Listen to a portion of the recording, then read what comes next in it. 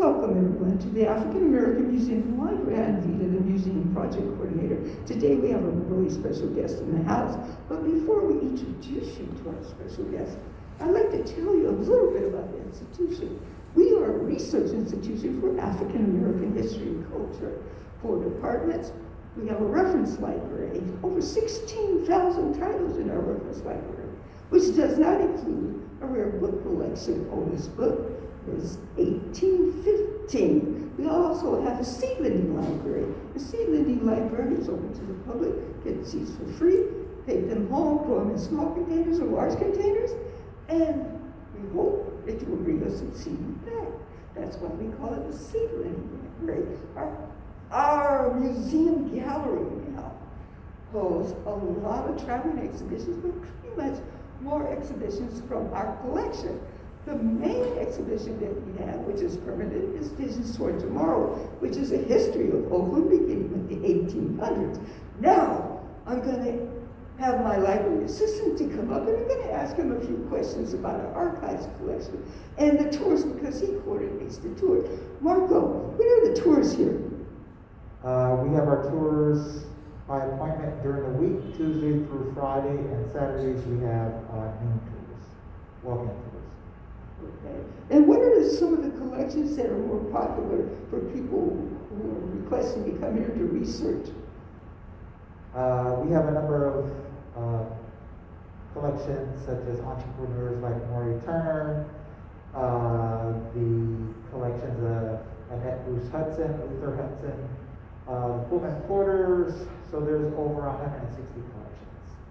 I see. And once again, if you want to coordinate the tour, you have to call in and make a reservation. Is that correct? You can either give us a call or you can send us an email at AAMLO@oaklandlibrary.org. Thank you, Marco. So I'll turn it over to you, and let's share with our guests some information on our special presentation today. All right, welcome everyone. And so we have Ariana Makau. She is the founder of the award-winning firm, the Nzilani Glass Conservation. The company is one of the few companies in the United States qualified to create new or preserve historical glass work. She's the second person in the world and the first woman to receive a master's degree in stained glass conservation from the World College of Art in London, and has over 25 years of experience with art and architectural preservation. So with that, I want to present our speaker.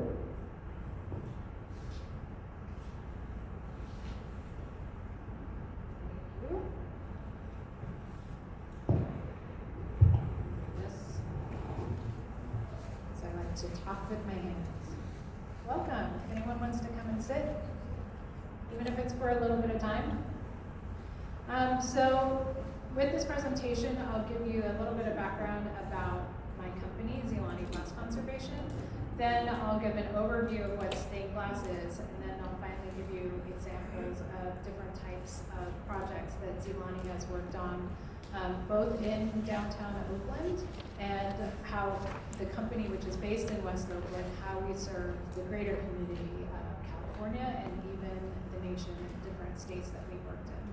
So first of all, as was mentioned, I have a master's in stained glass conservation that I got from the Royal College of Art. And you can see I'm wearing today, and also I'm wearing on the screen. People often ask, where is the name Nzilani from? So I'm half Kenyan, and in my father's tradition, you're given one name when you're born, and another name when you come into your own. You can be 5, 15, 50, 105. It's your parents' prerogative. When I got my master's degree, my father took me aside and he said, I think you're ready for your name. I'm giving you the name of my mother. So Nzilani Tabitha Makau is in the top corner there, and that's who I named my company after.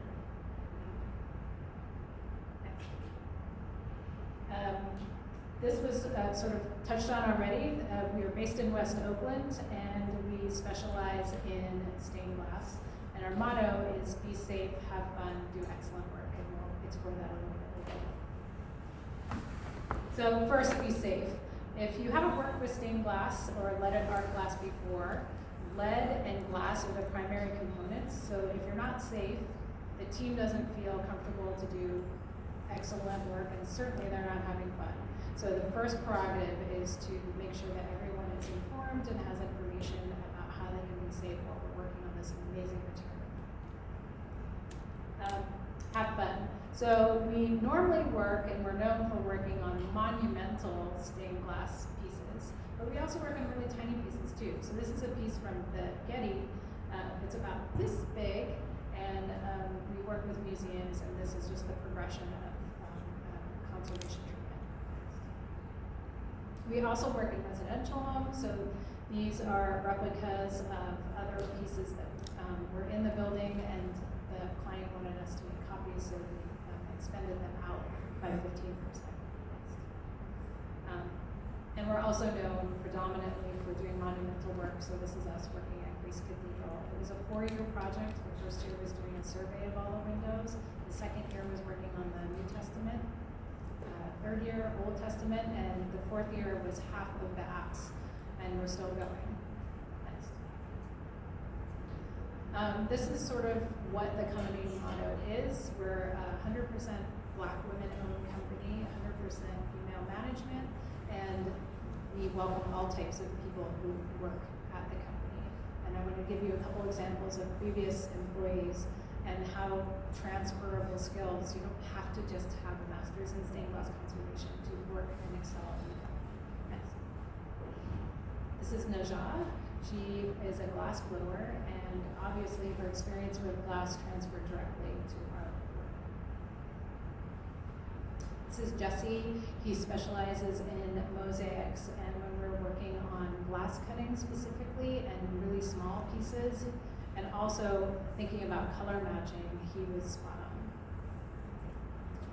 This is Olivia, and her specialty was in, or is in, paperwork, and so she was very, very detail oriented. So when we're working on museum pieces, color matching pieces, piecing small pieces of glass together, she really excelled and grew into her specialty within the company in working on those pieces. And this is Stephen. He's a musician, songwriter. He really loves the word, and so he excelled on doing documentation, because we document everything that we do, not only just with photos, but we also write about it. And he was a pretty amazing glazer as well. That's what he's doing in this photo. Next. Talking about equity, we also, if you're thinking about inclusivity, it's not just how people present to the outside world. We're also thinking about ages. So we of course love to bring in young folks who are interested in the profession, but we also honor the fact that there are people who are multi-generational, have multi-generational information, and we're really lucky to have sort of our adjunct in the space that we have has a building manager who's really amazing in woodworking, and so this is Al, and we refer to him a lot about different types of materials, and also he always says, you know, I'll say yes to anything and I'll figure out how to do it. He usually does, which is amazing. Next. We also are doing an outreach with different artists within Oakland, West Oakland specifically, because that's our stomping ground, to speak with them about how they apply their vision with their art, with preservation in mind. Because often artists will make something and they're not even thinking about how they want to preserve it, or how they can maintain it after it's been created. And so this is Demetrius Phelp, who is from West Oakland, or was working in West Oakland, and he was working with these special types of photographs that use the same materials as stained glass. And so he came to our studio. So we try to do cross-population of ideas and information. Next. So what do we want to do next?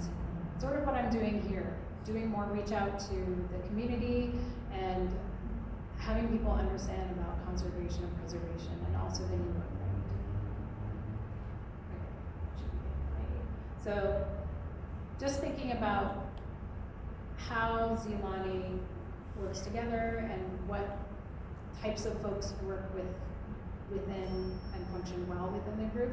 This is our team putting up a large rose window frame that each of the team members got to work on a different petal, and then we installed it in the studio. So it helps show what we do and the different types of pieces that we do. So before we go into what our specific projects are, I wanted to give an overview of what people perceive to be stained glass. Because in reality, it's sort of like Kleenex and tissues. All Kleenex are tissues, but not all tissues are Kleenex. And in the same way, all art glass is not specifically stained glass. Next. So there's a difference between stained glass and colored art glass. So on your left side, you have a piece that's been painted and stained, and all the yellow pieces are the stain. And on the right side, all of the color rendering there is just colored glass. So on the left side, there's colored glass and painted glass, and on the right side, it's just colored glass. And we'll dive in a little bit more next. So again, here, this is a little bit closer up. Think of it as, it started off as a blank canvas. So if you were doing this as an illustration, it would be on a piece of paper, and then the color went on with ink, black and yellow.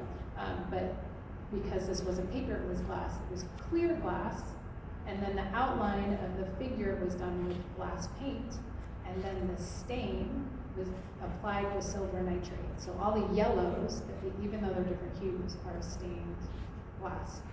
So that's a small stained glass piece. And this one as well is same thing.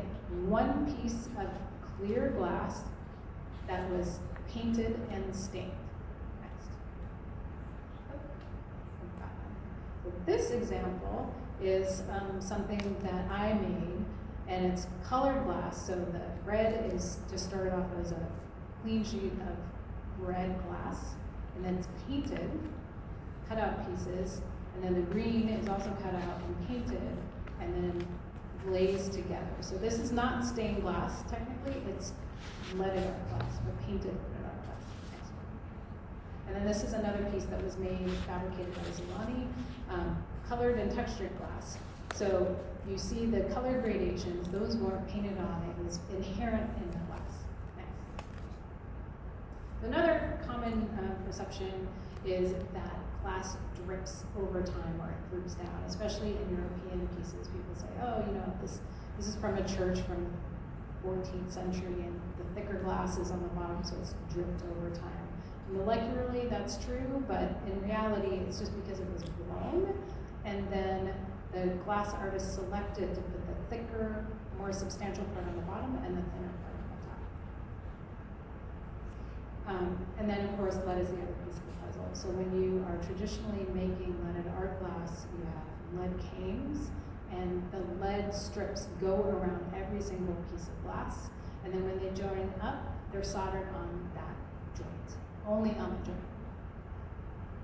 And another technique is copper foil, or it's often talked as Tiffany Tiffany technique, and it's because Louis Comfort Tiffany made Tiffany lamps, which were very prolific. On the left, we have a piece that's currently in our studio that we're working on for conservation. And on the right, you see we have Stephen again, who is wrapping copper foil around individual pieces of glass. And then solder isn't just put on the joint, it's put all the way around to put it together. So if you have a window that's made like that, it's not as structurally stable as something that has copper foil. Next. And these are a couple examples of pieces that are stained and painted that we've worked on the left, and on the right, those three pieces were stained glass pieces that we looked at, or lead overlays on the far right for surveys. So helping the people know what the conditions of the pieces are before we embark on the work. And we can also make new ones. So this is one, we're talking about what we've done in Oakland. This was a resident that they requested while we were preserving their windows to put a shield in. So this was iconography that they chose, and they wanted it to have the feel of the old So now we're going to go into a couple examples of work that we've done. Again, people think if something's broken, a piece of glass, that you replace it. Sometimes we do, but often we try to piece everything together. So even as we embark on doing a project, I think it's still going. We first have to piece everything together to see if anything is missing. So if you go to the next slide, you can see that we pieced everything together, cleaned up the pieces. This was a lamp. You can go next. And these are before and after. The next one has a top view. I believe this was a really precious piece to someone, been handed down multiple generations, and it had tipped over, and they really wanted to keep all the original pieces. So we're based in conservation. We do preservation work, but as much as possible, we try to conserve all of the original pieces. Next. Okay, Grace Cathedral. We're really known for monumental pieces. I mentioned this earlier on. This is the configuration of both the south and north sides of the church, also known as the Old and New Testament. Each of these windows are comprised of 303 panels. So each of those panels had to come out, and we completely took them apart and put them back together, and then reinstalled them. Next, this sort of just gives you a scale. Also, you see that the area is wrapped, so going back to the safety. If you can see someone taking out a window, that's not a good thing, because that means lead dust is going everywhere. So we contain the areas both on the inside and the outside to ensure that both the team in our proper PPE and everyone surrounding is protected while we do our job properly. Next. And here you can see the team halfway. We've got some of the panels out, and we're putting in placeholders, because obviously while we're doing the work, something has to fill that space, or you'll have weather like happening today come into your building. So sometimes we put in wood. Something as large as this, we actually put in colored glass. One of the other specialties or gifts I feel that we have when we're doing our work is that this is a detail of the owner of the company who did the work. You can see the date, it's 1932. This was about 70 feet up in the air and this big. So you don't get to see that unless you're doing the work that we do. So it's really exciting to see that. And there's also like kind of fingerprints and details that you just aren't afforded. So documentation is really important, so we can share it with you. So left, middle, right, it's just showing you before and after. And this is one of those 303 or 606 panels.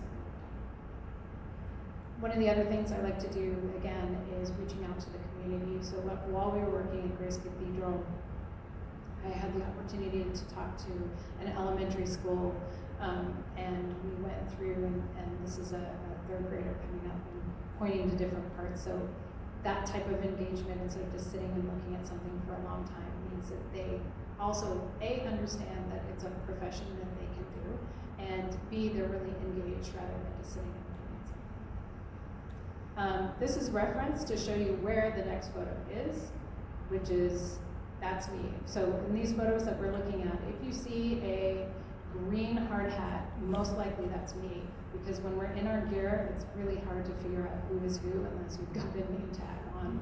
This is in downtown Oakland on Franklin and 17th, Resurrection Oakland Church. It's been there for multiple different ownerships, but Rezo bought it a couple years ago, and they asked us to look at all the windows, and when we first looked at it, we said, don't stand under it, it's about ready to fall apart.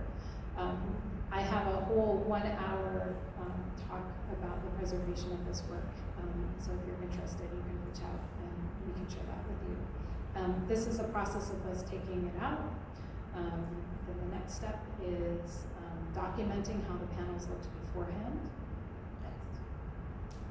And again, documenting it, taking photos in our photo booth. And we soak it underwater, so any of the lead dust is contained, and we can get rid of that safely. And also, as we're soaking, that's a way of cleaning it, so then it's prepared for the glazers to start building. And you can see that Jenny here is building on a curved piece of wood, and that's called a cradle. And that's because the panels are curved as part of a dome. So if you build them flat and then curve them in place, they're going to start to be pinched on one side and stretched on the other. But if you do it within the shape that you want it to be built in, it's stronger as you build it. Next. Then we also gave it extra support by putting in, we worked with architectural metalsmiths and putting in steel supports. And this is installing it halfway through. And this is the finished piece. Next. Sometimes when we're dismantling, that's the act of taking things apart underneath water, we want to have references as to how it was built before. So we'll do rubbings, which is where people are used to doing it on tombstone to get a translation over. We do that with the panels, but we also do this. So we slowly, it's almost like a sardine can. We take off one layer of the lead and then have this other as reference. So we see how the lead pieces join together, and it's a great reference for building. The next photo is sort of a shadow. This is my view down as we're installing the window, seeing the light come through, and so it will fit. This is from Altamira, which is a home in San Leandro, a historic home, and this whole piece was falling apart, so we worked with them to decide how they wanted to do it after we did a survey. This is us prepping to take it out. This is halfway through, so you can see the lead again going around each of the pieces, and sometimes when you're working, you have to work on a center portion, so you know how that's going to engage with the rest of the pieces of glass. And here it is further along the line. Okay, this is one that's really exciting for me, and I think also for the folks here. This project was actually in Athens, Ohio, and they reached out.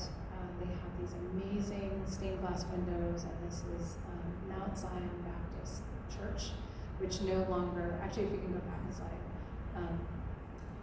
yeah, there. It's been around for over 100 years.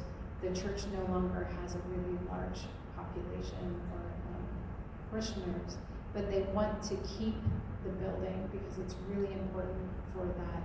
It's a college town, and for the African American students and community to have a gathering place. So they're turning it into a cultural center.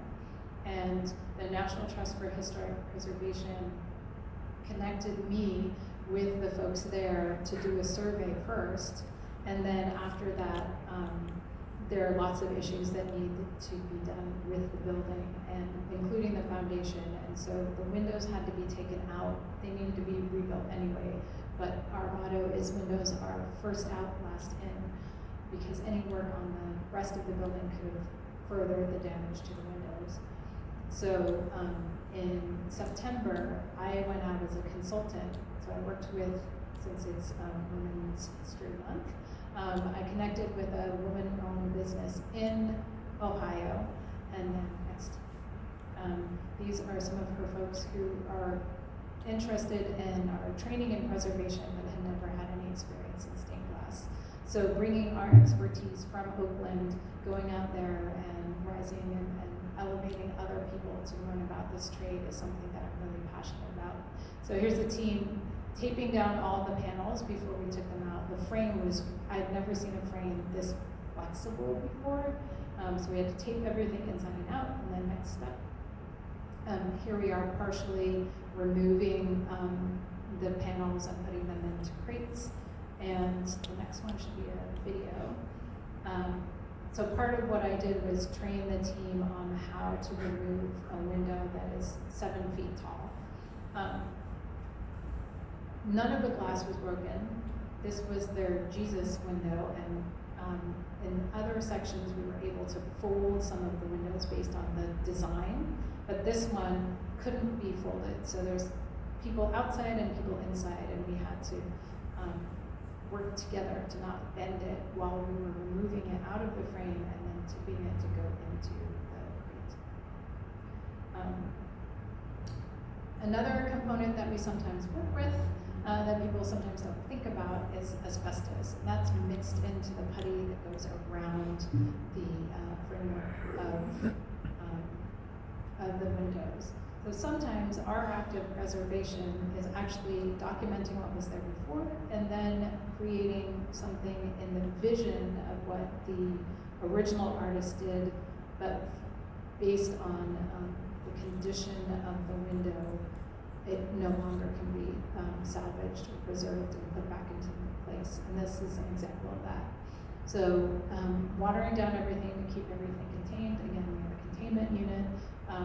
It's kind of hard to see here, but a lot of the components, there was rust in the support bars. The bars weren't supporting the window itself. It was 9 feet in diameter, so the glass, a lot of the glass was breaking. The copper foil had been soldered, but the flux, which is the thing that lowers the melting point, that hadn't been cleaned off, so there was deposits everywhere. It just really couldn't be salvaged. So we took the pieces of glass out, put in temporary glass, and again, we're big on sustainability as well. So this is actually glass that had originally been at Grace Cathedral. We didn't throw it away, and we repurposed it and put it in here. And then we took to redesigning or newly designing something inspired by the window. It was, they wanted to have a tree. This is for an interdenominational chapel at a memorial place. So here's the team designing. We used glass frit, which looks like colored ice or colored sugar. And this is before they were fired or put in the kiln. This is after. And then the next photo is placing it on larger pieces of glass, and then those went back into the kiln. And this is what it looked like afterwards. And if you look, the next slide, I believe, is, this sort of gives you the scale of us putting these really large pieces together. And there is a little bit of lead work, but a lot of the painterly color changes are because we used frit instead of painting it. So again, no paint on this, it's all lead, frit, and large pieces of glass. And some other detail. Back over on this side of the bay, this is in Berkeley, right across the street from UC Berkeley. We were really lucky. I mentioned Tiffany lamps before. Tiffany Studios also made windows, and they're known for having multiple layers of glass to create depth and tonality. And this is a 11-foot diameter window at St. Mark's Church in Berkeley. You can sort of see it behind the organ. And in this next slide, you can see what it looks like up close. This is one of the really exciting things that we get to do in monumental conservation, which is working with conservation architects and other specialists. So the panels, the really large pieces of glass, are set in a steel frame, but the outer ring, which I would have expected to be steel, was wood.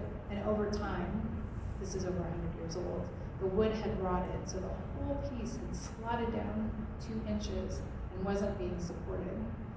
So we took out the panels, and then the frame is being refabricated, and we're working with architectural woodworkers to shore up the wooden space in order to put the window and the steel frame back in. And it's really complicated because we're having to work with engineers who want everything very exact, and these panels, because they have that multi-layered, multi-faceted pieces of glass, we're not taking them apart completely. So contrary to other work that we do, if something historically is known for this treatment and it's relatively stable within certain sections, we will not rebuild it, we just stabilize it. So the next photo shows details of us cleaning it. It was very dirty after these 100 years being up there. And also, the next photo, this is what it looked like first when we took it out, and the next one, this is called confetti glass. So on the back side, this is one of the pieces of glass that we're working on. It has tiny little pieces of glass that were loose, and those we cleaned up and reconsolidated. So it goes from the very grand to the very even in a project.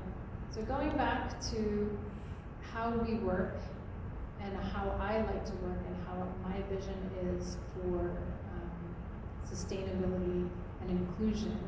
This is a photo from Grace Cathedral again. I'm on the inside and our studio head, Armando, is on the outside.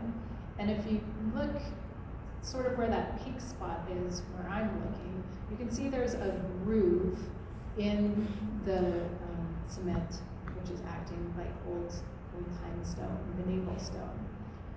In order to get the panels of glass in that, you have to slot the glass in. And if you go to the next slide, you can see on the left, that's what the panel looked like before when we had taken it out. And on the right is what it looked like after. And those border pieces are called fillets or sacrificial glass. And because it's called sacrificial, or the reason it's called sacrificial glass is that it is.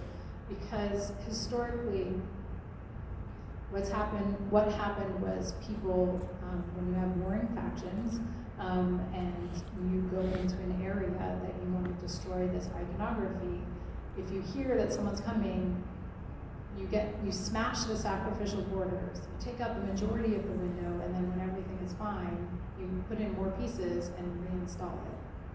So if you look to the next slide, we had all these pieces that even as there wasn't a warring faction coming, but we were looking at Grace, but just the nature of how it slots in, some of those pieces were broken.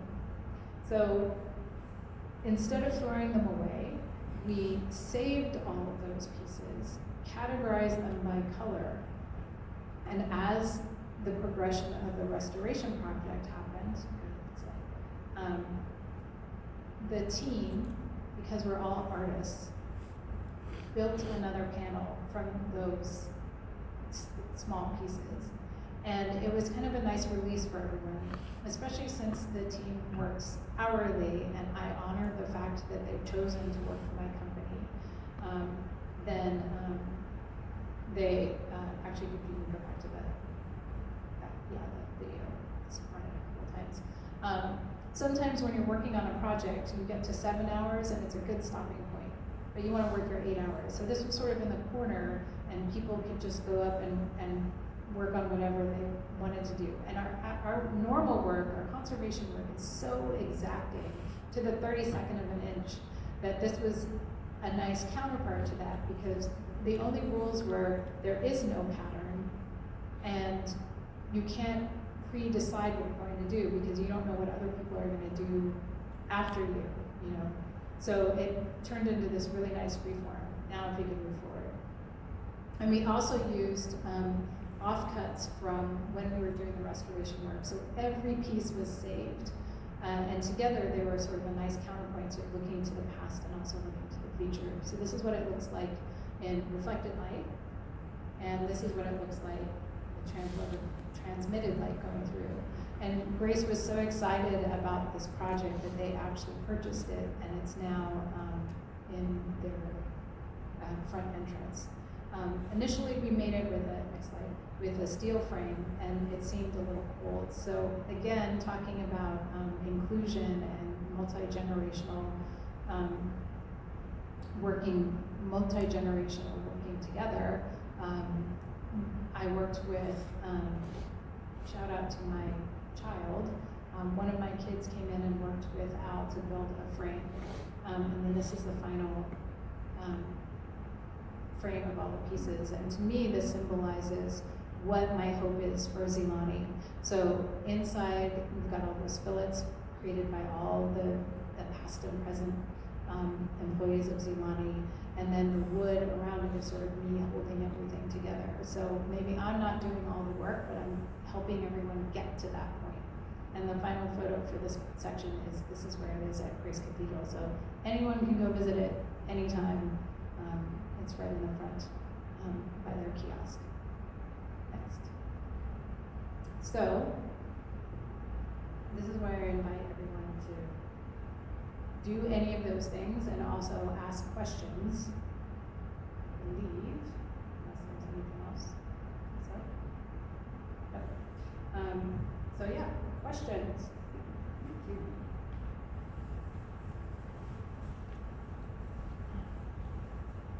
My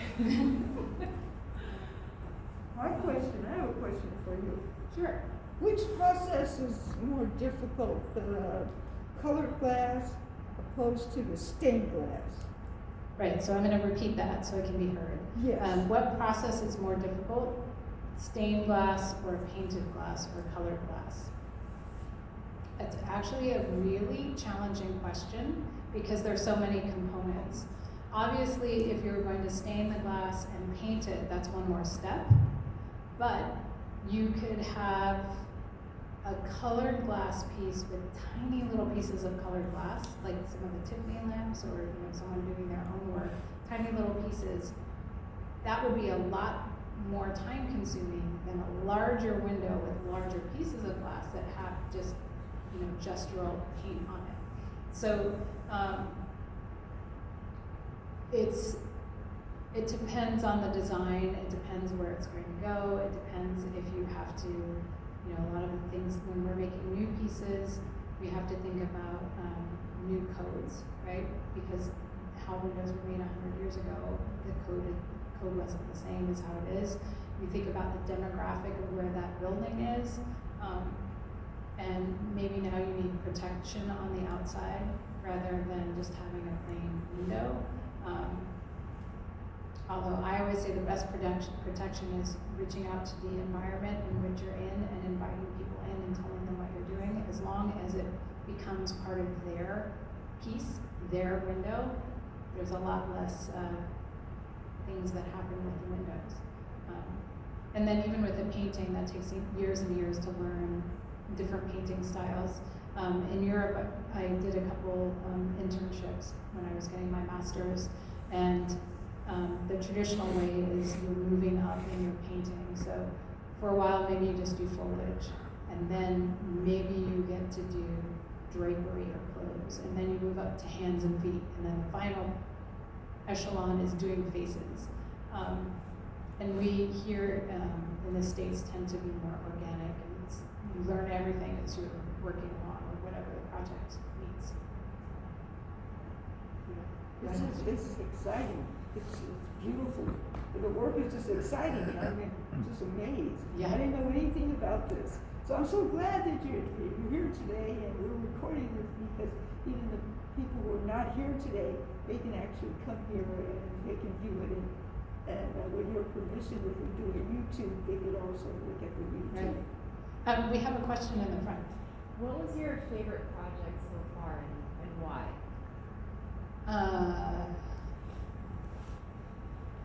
I'm not gonna lie, my favorite project is usually the one that we're working on. They're also different. It's kind of like your children. You can't say who your favorite kid is. The dome in downtown Oakland was really exciting just because we got to work with so many other people. So we worked with an engineer, we worked with the architectural metalsmiths. We had to we used the same scaffolding company all the time, and we had to work within the scaffolding, like within the room, and usually they tie into the wall, but in this case it's a historic building. So we have a shorthand now. Can we tie into the wall? Can we not touch the wall? So I like things that are really complicated, and I love collaboration. So that was one that was really exciting. The Valley Memorial one that I just mentioned was also really exciting in that it was something new that we could work on. That was a project that, we don't get to make things that big that often. So that was another one. Any other questions? No? Okay. Well, you know where to reach me. Nzilani.com. And thank you so much. Thank you, Ariana. We really appreciate it. For us, we were educated and entertained at the same time because the work is so beautiful and outstanding. But the process, most of us laymen don't know anything about the process. Yeah. And for you to actually break it down for us, that was exciting. That's good. Yes, thank you so and much. I can do it a lot more if that was like. That was totally Oh, good. Yes, thank you. How incredible masters in. No more. Yeah. It's just Good. Yeah, and they don't have it in the States. Yeah, I was, yeah, it's true.